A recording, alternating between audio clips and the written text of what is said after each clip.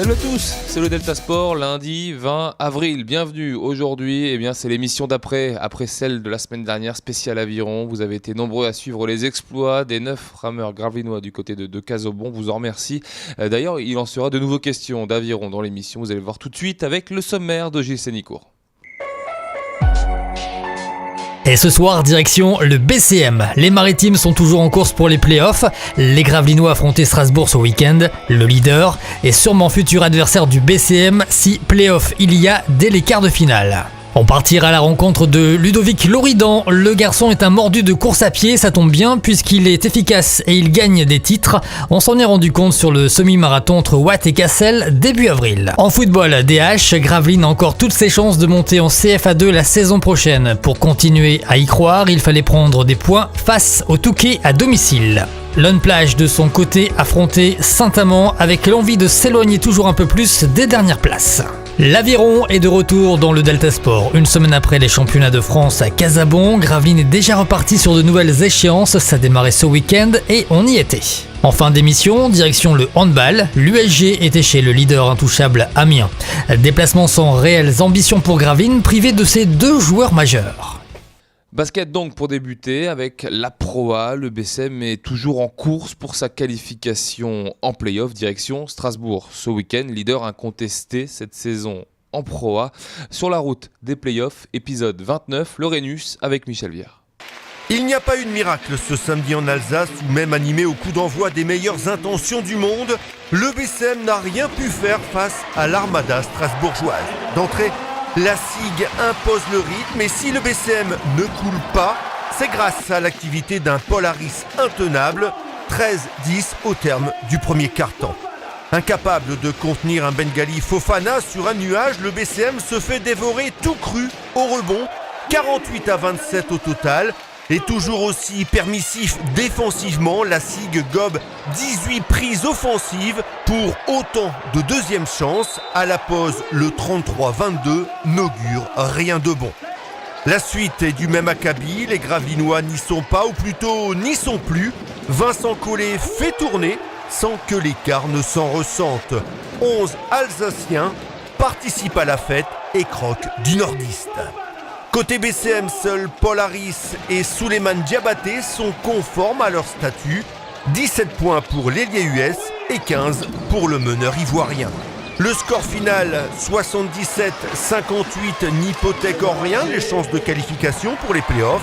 Une victoire au Rhenus n'était pas dans le tableau de marche des Gravelinois, non.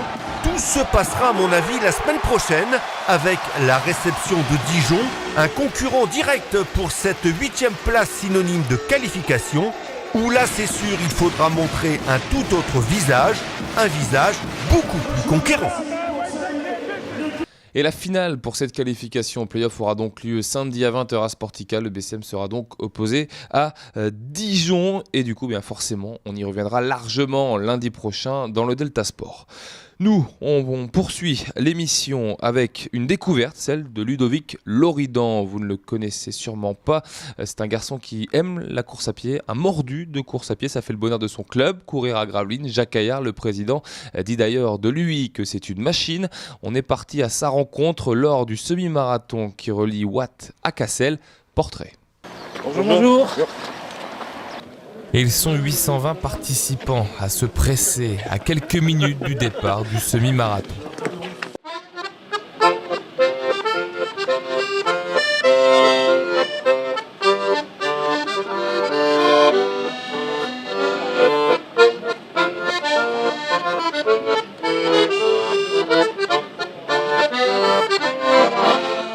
Parmi eux, on retrouve Ludovic Loridan. Le Gravelinois est arrivé bien avant, justement pour éviter la foule et pouvoir se préparer tranquillement. Quoi, tu fais le malin toi, mais il est où ton short ? Hein ? Il est où ton short ? À la maison. Grâce à mon petit beau-frère qui fait la course aujourd'hui. À l'époque, c'est lui qui m'entraîne là-dedans. Maintenant, je suis meilleur que lui, comme quoi. Mais bon, avant, je faisais du foot.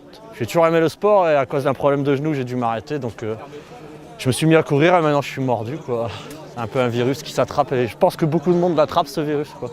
Depuis, il gagne des courses à l'image du trail nocturne de Gravelines en janvier dernier. Jacques Caillard dit même de lui que c'est une machine. Ouais, une machine, c'est vite dit quoi, mais bon. C'est parce que j'adore être sur la route, j'adore profiter de notre région. Il y a beaucoup de gens qui disent que le Nord-Pas-de-Calais, c'est pas une région superbe, mais bon, c'est parce qu'ils viennent pas courir avec moi, quoi. Moi, j'adore notre coin. Comme ici, à Watt, c'est un petit village, mais bon, tout ce que les gens ne voient pas, nous, on le voit en parcourant les routes, quoi. Moi, je fais 5-6 séances par semaine. Bah, j'aime ça, j'aime me faire mal, en fait. C'est un peu être sadomaso, comme on dit, quoi. C'est un peu du masochisme, mais bon, chacun son truc, hein. Sur ce semi-marathon entre Watt et Cassel, il s'est préparé intensivement pour être le plus rapide au sommet de la côte de Watt, à 19 km de l'arrivée. Je vais partir le plus rapidement possible. Je me suis entraîné depuis 3 semaines là, pour essayer de gagner ce défi. Et en fait, le tour, ce sera de ne pas craquer sur la fin, vu qu'à la fin, il y a quand même une belle côte à Cassel qu'il faudra essayer de gérer, quoi.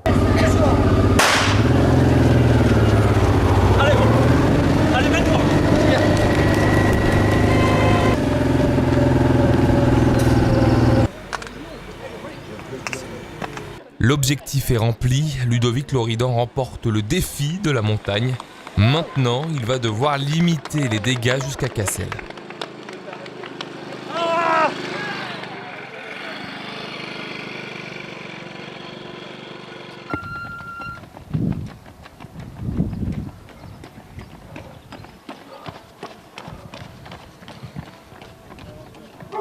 Cassel est sa dernière ascension.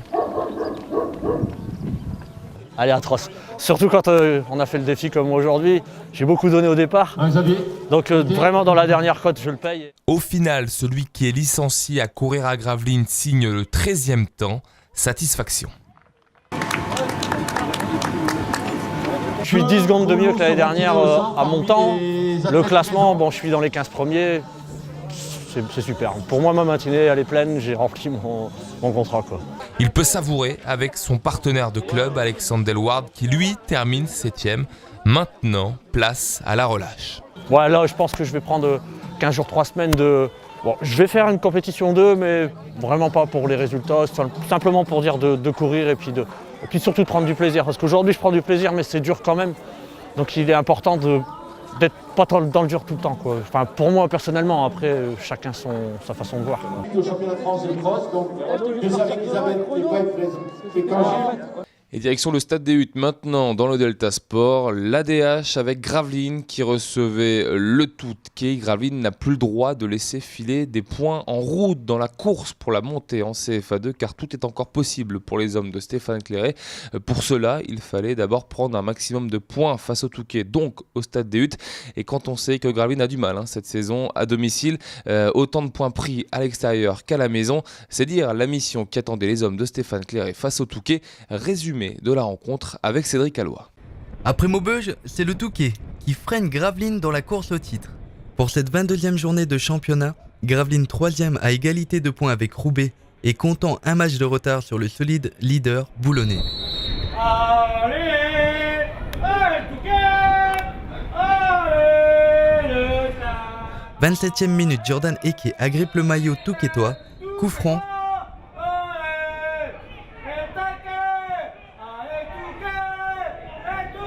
Confusion dans la défense et but des Verts.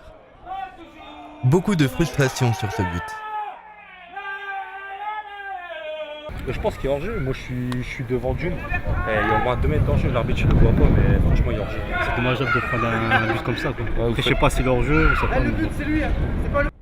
Pourtant, dès l'entame de jeu, Gravelines prenait le jeu à leur compte, sans concrétiser.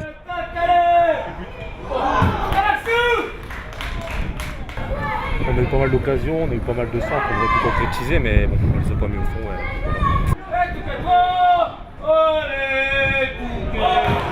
Les hommes de Stéphane Clairet n'ont plus le choix, les jokers sont grillés, la montée sera compliquée, mais rien n'est encore joué, il reste encore des matchs. Ouais, c'est clair qu'on rate 2 points, surtout si on prétend à quelque chose. C'est clair, de à domicile, c'est clair qu'on perd des points. On aurait préféré gagner à domicile et faire un extra, mais bon, après c'est foot, c'est comme ça. Je pense que maintenant ça va être compliqué, il aurait fallu gagner là, on a déjà oublié pas mal de jokers avec certainement les autres, la semaine dernière contre Maubeuge. Donc là, ça va être compliqué. On n'oublie pas la montée, je pense que c'est encore possible, mais il va falloir faire un sans faute. Après, prendre les matchs les uns après les autres, je pense que c'est encore possible, il faut gagner tous les derniers matchs. Score final 1-1 et bonne opération pour le Touquet, qui repart avec 2 points. Car en bas de tableau, ça se dispute. Neulémine a été l'emporté à Marquette 7-0 et Lone Plage a fait un bon match nul à Saint-Amand-les-Eaux. Gravelines n'a pas le choix. S'ils veulent monter, il ne faudra plus perdre des points en route. Il reste 5 journées pour les Gravelinois, dont 3 à domicile pour accrocher la première place, synonyme de montée en CFA2. Les 3 dernières d'ailleurs seront explosives pour les hommes de Stéphane Cléret, puisque l'USG recevra Saint-Omer, potentiellement leader avec les matchs en retard.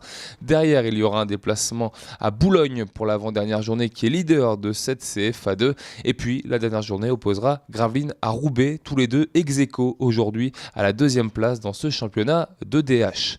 Les échéances, elles arrivent également pour l'USG Aviron. À peine remis des championnats de France de bateau court à Casobo, eh bien les Gravelinois sont de nouveau sur le pont, cette fois concernés par des objectifs de qualification en aviron de mer, mais également avec le 8.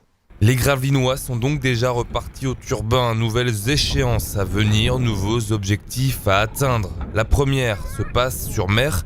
L'US Gravelines a monté un bateau compétitif médaillable aux France à La Rochelle les 15 et 16 mai prochains. Ça fait un bateau solide, en tout cas physiquement sur le papier. Maintenant, faut concrétiser quoi. Donc on mise un peu sur l'expérience des deux vieux, on va dire, avec Fred et moi. Et puis sur le punch des jeunes pour aller chercher un beau résultat. Mais c'est clair que ouais, on est ambitieux en tout cas. Je pense que ouais, y a moyen d'aller chercher une médaille ou le podium. Voire de gagner, quoi. Et lors de ce week-end de qualifiante, le bateau gravelinois a remporté ses 2 courses. À Gravelines tout d'abord samedi et à Dunkerque dimanche. À Dunkerque, c'est finalement perdu, la faute à une pénalité au départ de la course. Mais l'essentiel est ailleurs pour les 4 rameurs. On s'est rendu compte que le bateau fonctionne très bien. En cas de couple, on se trouve assez rapidement. Nous on en a fait l'année dernière, puis on a fait aussi surtout du skiff tout cet hiver pour préparer les bateaux courts. C'est vrai que les expérimentés, c'est Fred Lorius et moi. Et fallait donner cette expérience un peu aux deux nouveaux. Et on a pu, malgré des conditions vraiment un peu compliquées, surtout à la sortie du chenal ici, trouver des repères, savoir ramer à 4, déplacer la coque, faire des surfs, trouver les sensations qui font que voilà, ils savent ce qu'il faut faire maintenant pour les prochaines courses. Donc non, une bonne satisfaction. Ouais. On quitte la mer pour le parc des Rives de la Ha. Le deuxième objectif, c'est le 8. Là, le chantier est plus grand, le projet est tout nouveau, les Gravelinois démarrent de zéro.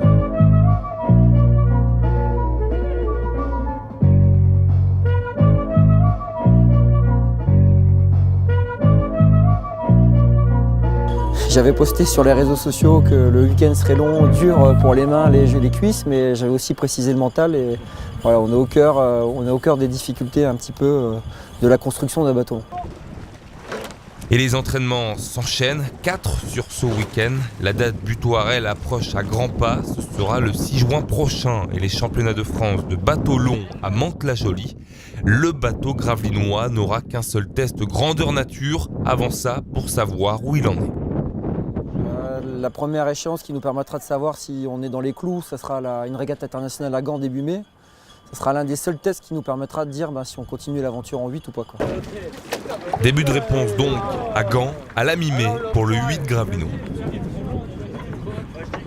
Et on termine nous le Delta Sport avec du handball et le déplacement de Gravelines chez le leader incontestable de cette N2, à savoir Amiens. En plus, Gravelines est privé de 2 joueurs cadres, à savoir Grégory Pierre et Fabien Lemâtre. Alors, les Gravelinois ont-ils su résister à la tempête picarde? La réponse avec Michel Villard et Bernard Duda.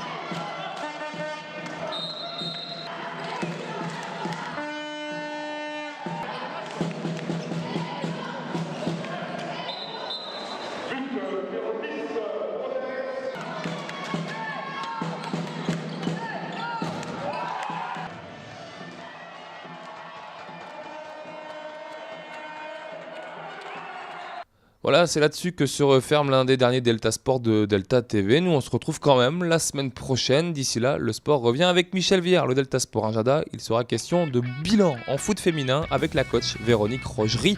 D'ici là, passez une excellente semaine. Salut.